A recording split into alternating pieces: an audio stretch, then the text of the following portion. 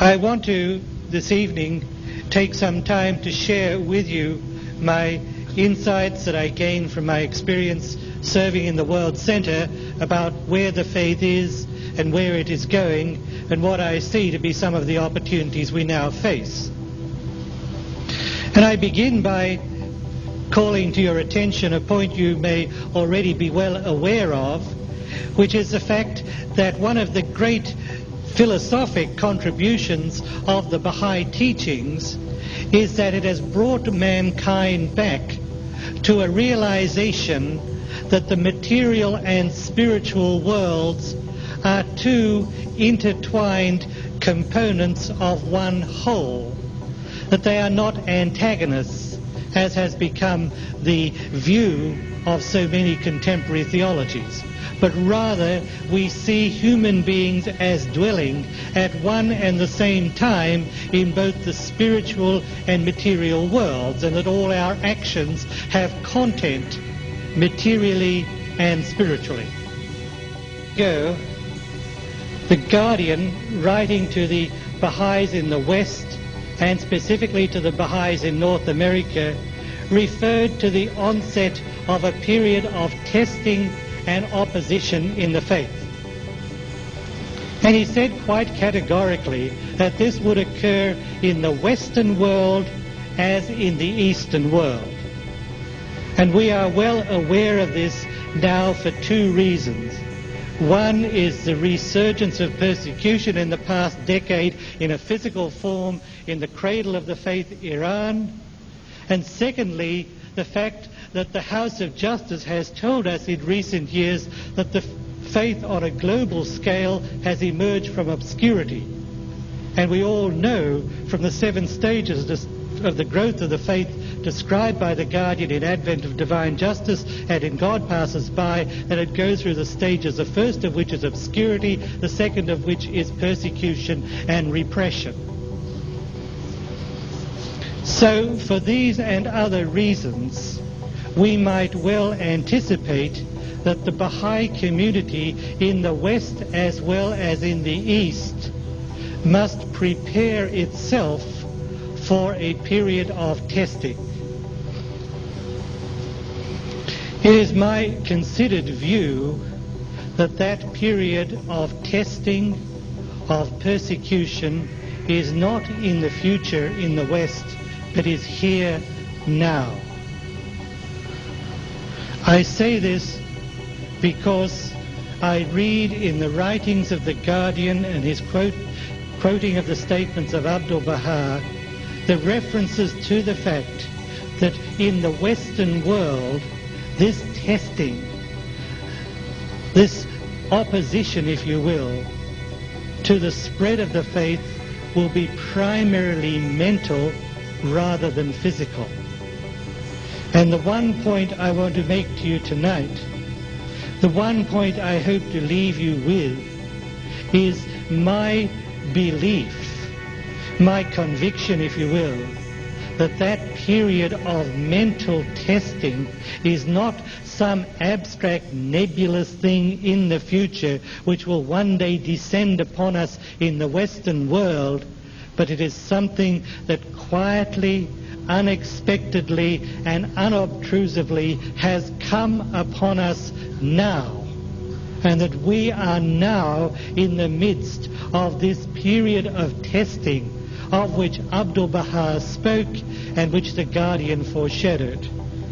Why do I say this? I say this because my perception of Western society is that it has changed dramatically in recent years. The idealism of the 1960s and early 70s is absent. Remember the turbulence of the American scene of those years. The protest, the civil rights marches, the movement for the equality of the sexes, the anti-Vietnam protests, the ecology passions, all of those things, where are they now? That idealism, sometimes misguided, sometimes destructive, sometimes self-defeating, that idealism has gone. And the Western world has settled into a complacency a self-centeredness, a self-absorption, an apathy about the condition of the larger society and the future of mankind, and an overall sense of short-sightedness about the direction of the future of the individual and of society. The Western world has changed, and my fear is that we are subject to a great and crucial period of testing at the present time, because we face the real danger of becoming infected with these attitudes which have become accepted throughout the West. That period of idealism of the 60s, with all its turmoil, with all its passion, with all its turbulence, was a period in which the Baha'i community was also distinguished by its idealism, by its energy, by its passion, and indeed its turbulence. Now in the late 1980s, when the society is distinguished by apathy, self-centeredness and short-sightedness, now is not the time for the Baha'is to become infected with those attitudes. If we do, we will have failed the test, the mental test of which Abdu'l-Baha spoke and which the Guardian foreshadowed. I remember several years ago participating in a Baha'i discussion in which the believers present generally agreed that the mental tests were in many ways more dangerous than physical tests. Because with the physical test you would know immediately who was doing it and what he or she was doing to you. With the mental test you wouldn't know until perhaps it was too late. And I remind you of this principle at this time because I fear that the Baha'i communities in the West, as well as in other parts of the world, are facing the challenge of these mental tests creeping up on them, sapping their energy, enervating them, rendering them apathetic, self-centered and short-sighted without their realizing it until it is too late. And it is for this reason that I lay emphasis upon this point, that I want as much as possible to ask that you remember this point. If you forget the rest of what I say, that you think about it, that you meditate on this, that you look in the writings to find either support or disproof of what I say, and that if you find it acceptable, you take whatever steps you feel appropriate to protect yourself against what I see to be a very virulent, very subtle, and very dangerous mental test.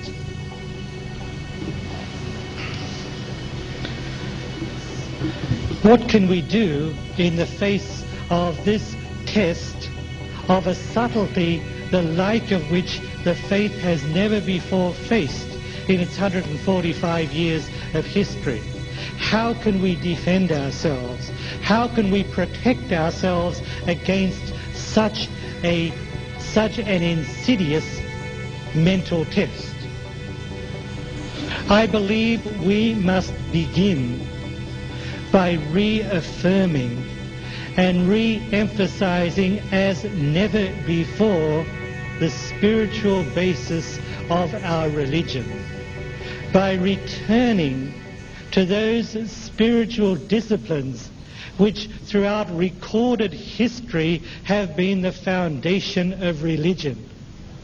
The concept of prayer, transforming it far beyond the mere recitation of words, fervent, devoted, yearning, beseeching, supplicating prayer. The refreshment and nourishment that we gain from the period of fasting each year. The sense of discipline required to read and meditate upon a portion of the creative word every day, day in, day out, week after week, month after month, year after year. The bringing of the human soul in contact with the creative word of the manifestation of God for this age. The concept of the spiritual element of sacrificial contribution to the fund, the vast effort and discipline, the pain and suffering inherent in character development, in reviving the moral, the ethical, the principles which underlie good character and the refinement of human conduct.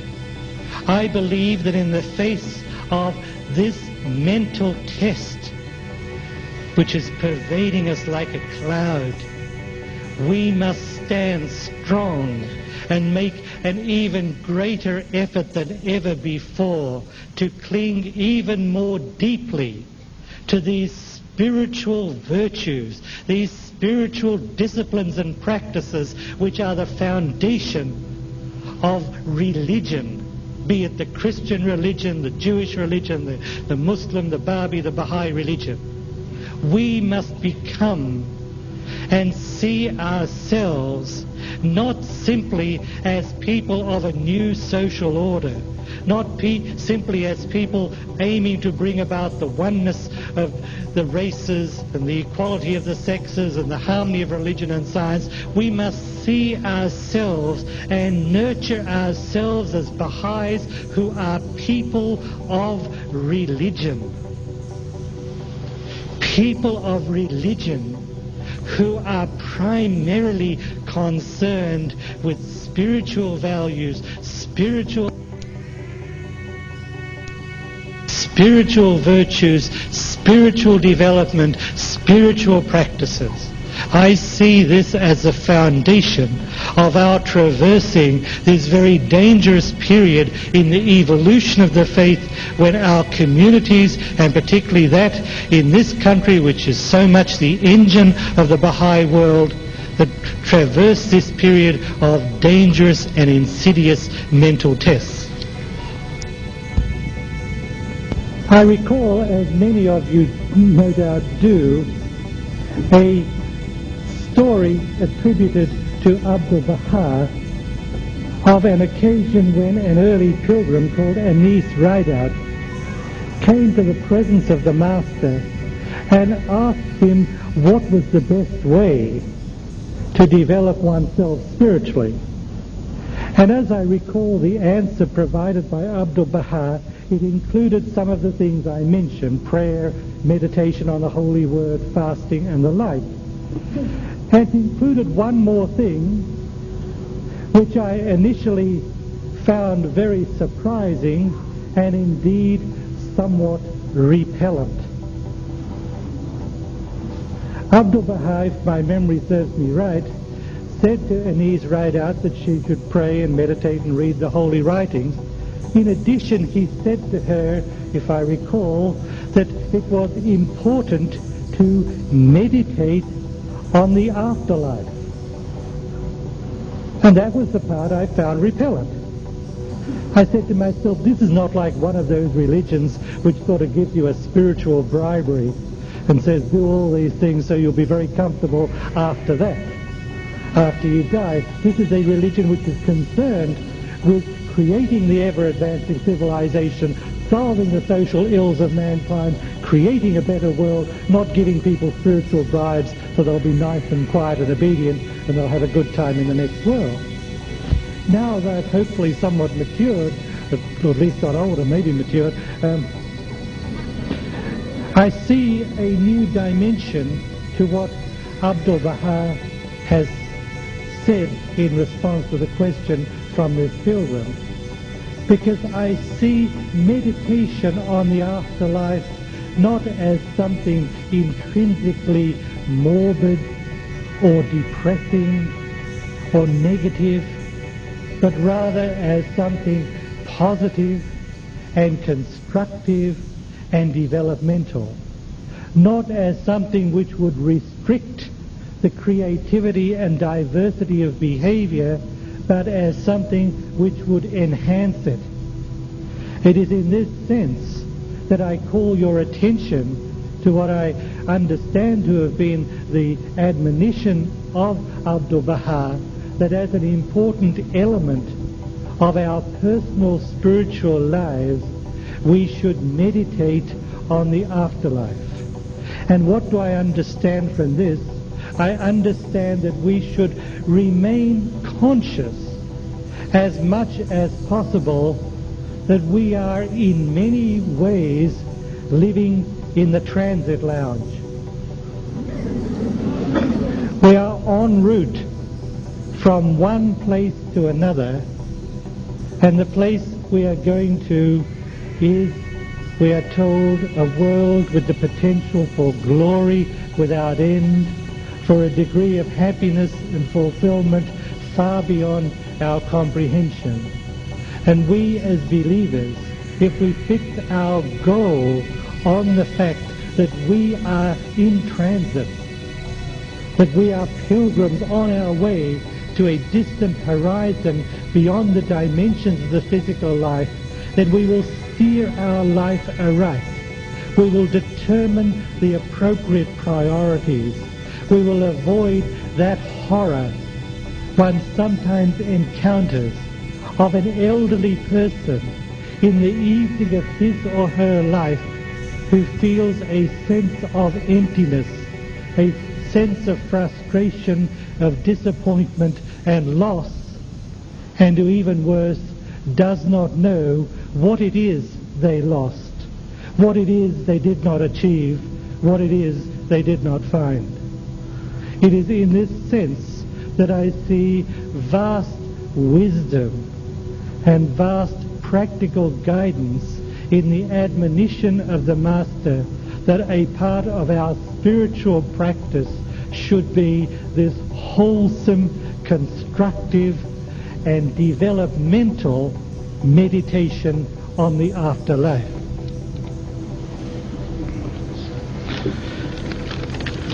I want to take a few minutes before I conclude and address any questions you may wish to pose to touch upon one more element of my theme, and that is some of the more specific needs and opportunities that the Baha'i community faces at the present time. As I have said, I believe that we are at this very crucial time in history when we are called upon to be the agent whereby spirit is to be breathed into the clay body of mankind, being unified before our eyes in the turbulent events leading to the lesser peace. In that sense, there will never be a time like this. In the next century, it won't be like this. The lesser peace will have come into being. The body will have been born. Spirit will be flowing within it. Great tasks will remain: the development of mankind, its further spiritualization, the raising of great institutions, the construction of the world order of Baha'u'llah, the most great peace, the raising of the world civilization, and so on. But there will never be a time like this when we stand at the hinge of history, called upon to take responsibility to breathe spirit into this unified body being called into being in front of us.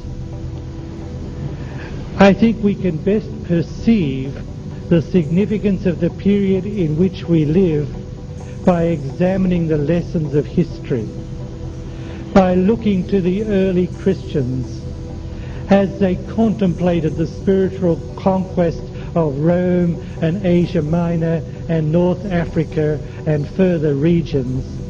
Did they realize that they were laying the foundation for 2,000 years of civilization? The early followers of Muhammad, when they came down from Medina to Mecca and made a pact and invited Muhammad to come back to transfer his residence to Medina, did they realize the significance of what they were doing? That from that favorable environment in Medina, the Muslim faith would take root, would flourish, would grow, would ultimately conquer Mecca and the Arabian subcontinent and then the whole of the Mediterranean and Middle Eastern world. Were they aware of that? I think not. And so it is, not simply in religious history, but in secular history. When the barons gathered around King John at Runnymede in 1215 and extracted from him the Magna Carta, did they realize the foundations of what they were laying for the future of civilized life for centuries to come? Did the formulators of the Declaration of Independence and the constructors of the Constitution of the United States, did they realize what future effect they would have not only on this nation but on the concept of democracy throughout the world? I think not. And so it is today. Do we, as this generation, realize the significance of what we will do in the next 11 years, for the whole course of the lesser peace, for the timetable by which the most great peace will ultimately come and the world civilization come into being? We do not. We do not know what is the significance and the effect of what is before us. All we can do is to strive inadequately, but with as much devotion and energy as possible, to see what is before us, to summon up our energies, to overcome the innovation of the environment around us, and to commit ourselves with faith to these pursuits, confident that they will yield a remarkable fruit far beyond our comprehension. At this time, I see the Baha'i world as engaged in three kinds of activities which are interdependent and all of which are of historic significance. And let me mention them briefly before I conclude. The first of these three activities is centered at the Baha'i World Center and is, as you might well imagine, revolving around what we call the ARC project. And what is this project? What is it all about? Is it simply our self-aggrandizement by constructing beautiful buildings in a Greek form with marble and timber and the like? Is it more than that? Obviously it is. How can we appreciate the significance of the ARC project? While I, of course, as the rest of us, find the messages of the House of Justice inspiring and educational, I think the real significance of the ARC project to me is not found in the messages of the House of Justice or indeed in any of the Baha'i writings. I see the real significance of the ARC project in the book of Isaiah, because it is there that I read of the mountain of the Lord and of God coming and administering justice on his mountain, and the river of laws flowing out, and the transformation of society. I see the ARC project in the book of Revelations, where St. John has the vision of God descending from heaven and wiping away the tears of the faithful and dwelling with them and being their God forevermore. I see the ARC project in the Quran, where God, speaking through the revelation of Muhammad, refers to the believers, the faithful, each sitting upon a throne of justice in that day. It is in these sacred books of ancient prophecy that I see the ARC project, because I see in the ARC project the fulfillment of those promises, of the establishment of the presence of God and the operation of the divine will on the mountain of the Lord. And this, I think, is the real significance of what we are going to accomplish in the next few years. We are doing much more than building a set of buildings. We are establishing the seat of the world administrative order evolving into the world order of Baha'u'llah, the promised one of all ages, the inaugurator of the day that will not be followed by night, the inaugurator of a world civilization that will flourish for 500,000 years. This is what we are doing in these few years. We are the generation to do it, not the generation to come after us. It'll be too late. It's to be done by the end of this century. The Guardian said certain processes must synchronize, and that the establishment of the administrative order on Mount Carmel would synchronize with the coming of the lesser peace. This is the time. There is no escape. There is no postponement possible. Prophecies of thousands of years going back to Isaiah and even earlier are now before our eyes in this decade and beyond being fulfilled. And in that sense, the Ark project stands before us as something that generations for thousands upon thousands of years in the future will contemplate with awe and wonder at what was accomplished by so few believers scattered over the surface of the earth at this period. Together with the administrative development as one of the three elements of Baha'i activity at the present time, together with the World Centre development as one of the three elements of Baha'i activity at the present time, there is the administrative development, which I find equally exciting and equally as significant. And what do I mean by the administrative development? What I mean is this. Our emphasis has been on the formation of the basic structure of the administrative order. More local assemblies, eventually getting some national assemblies. Ultimately, the election and re-election of the Universal House of Justice. Hands of the cause, auxiliary board members, then in the absence of appointment of further hands of the cause, members of continental boards of councillors, assistants to the auxiliary board members, and then ultimately the International Teaching Centre. That basic structure is now complete. There will, of course, be further developments. There will be a lot more local assemblies in the world. There will be some more national assemblies, not a whole lot more because we're running out of countries, but certainly some more. There'll presumably be more councillors and more auxiliary board members and probably a whole lot more assistants. But the structure is basically complete.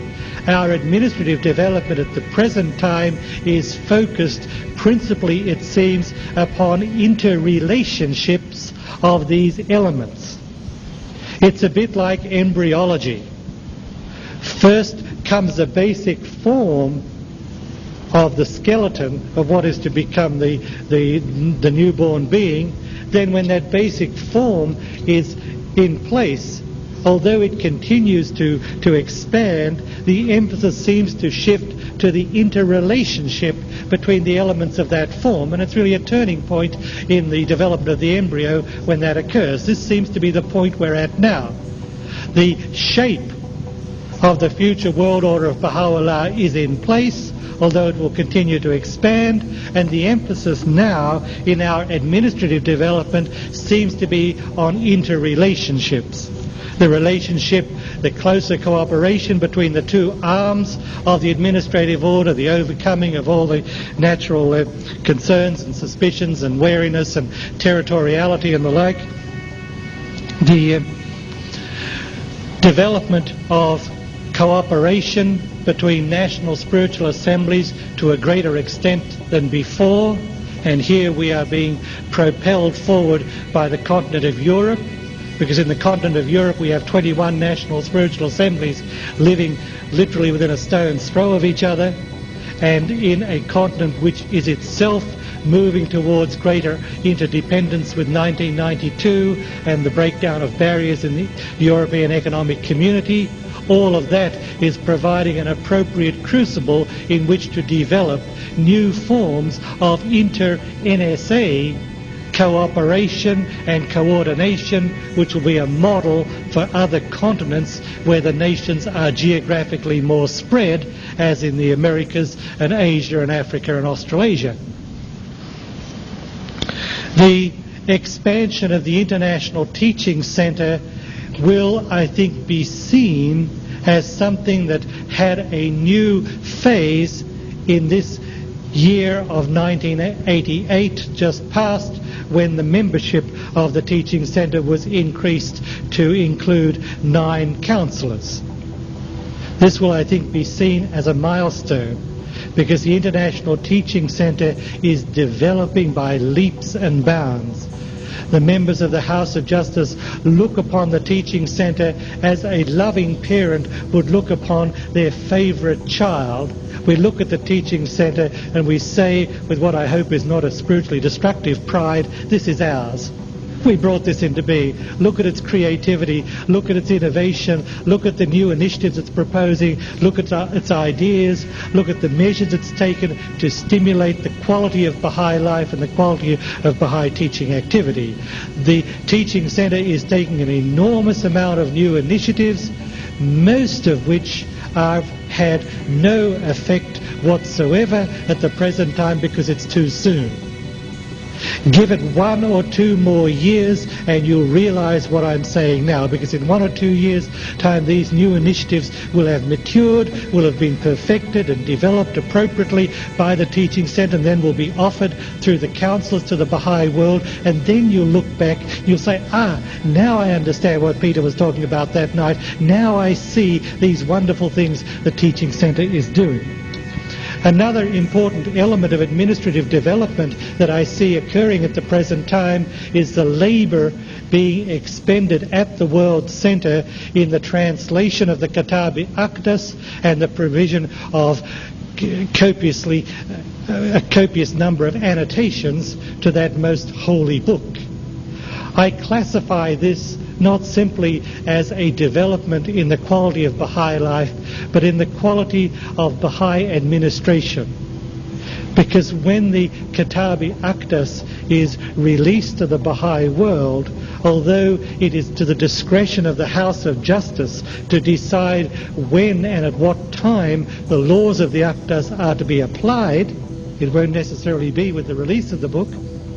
That's something for the House to decide. Nevertheless, I think with the release of the Kitab-i Aqdas, translated and suitably annotated to the Baha'i world by the end of the 6-year plan in 1992, the spiritual significance of that event cannot be comprehended. Perhaps it will mark a new stage in the rule of law in human affairs, in the regulation of human behaviour by the precepts of law, and in this case spiritual law. We can only speculate. What we can say is that the fibre of our administrative order, of our Baha'i community governed by its administrative institutions, that fibre, the quality of the Baha'i community will, it seems to me, begin a new and accelerated phase in its strengthening and development as a result of the spiritual impact of the release of the Kitab-i Aqdas now being worked on in the Holy Land. The third and final element I want to mention as far as the activities of the faith concerns teaching. As you know, the House of Justice in its Rizwan message referred to new opportunities for teaching the faith, a new paradigm, new prospects for the development and expansion of the Baha'i community.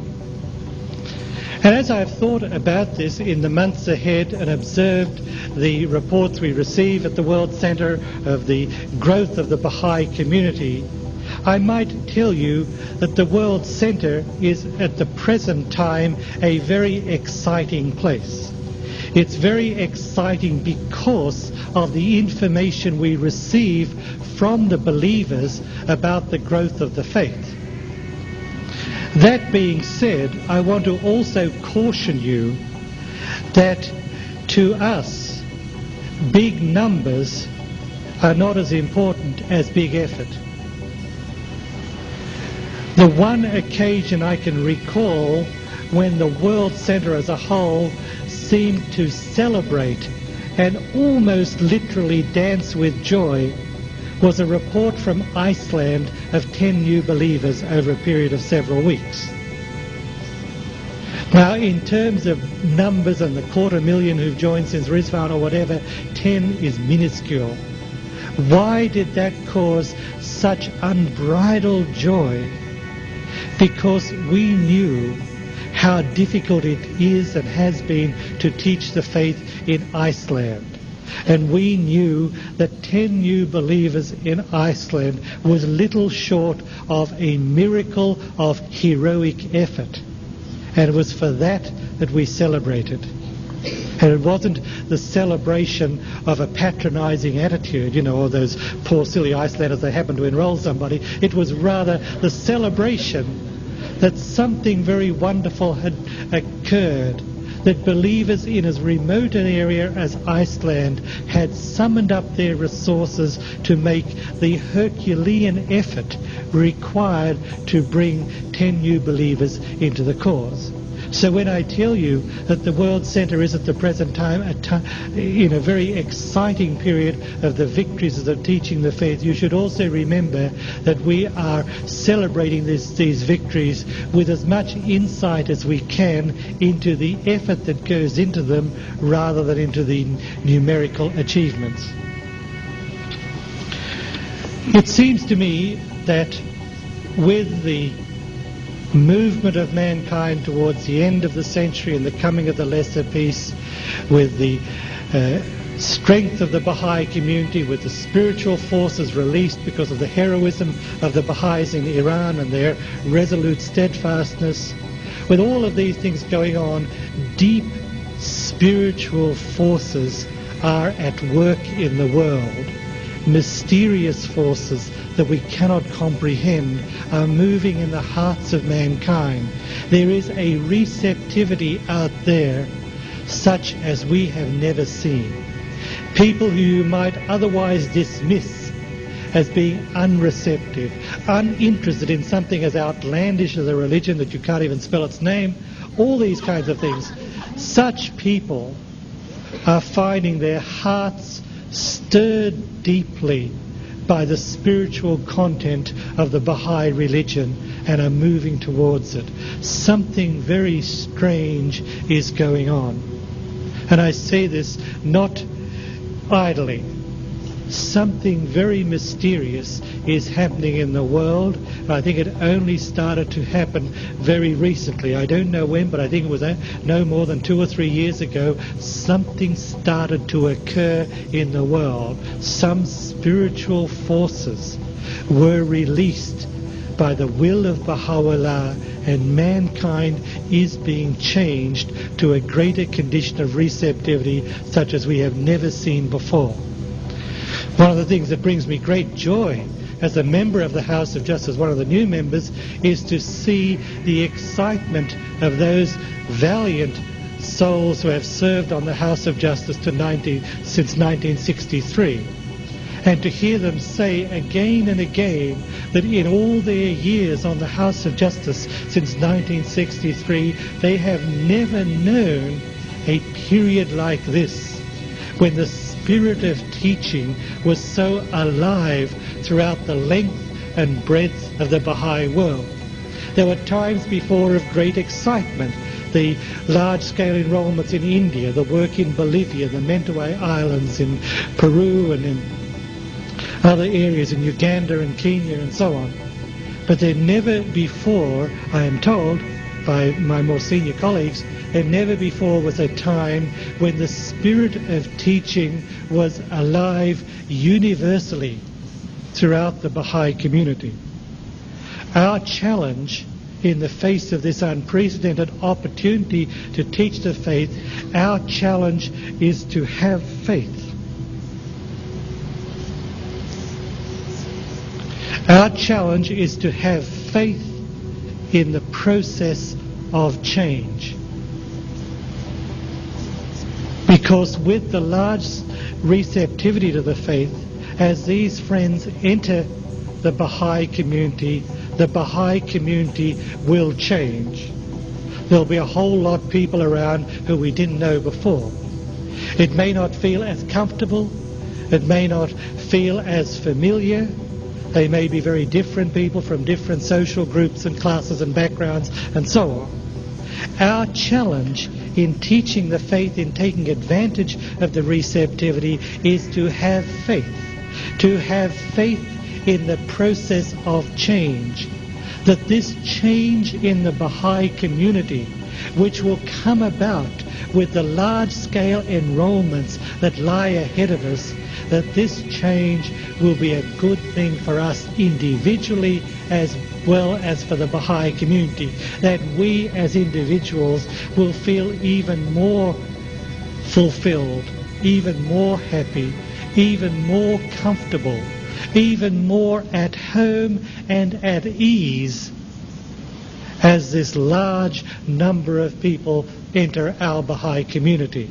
So that is why I say that I believe that one of the great challenges before us in rising to the opportunity to enroll people who are receptive into the Baha'i Faith, one of the great challenges is to have faith in the process of change to which the head of the faith is now calling us.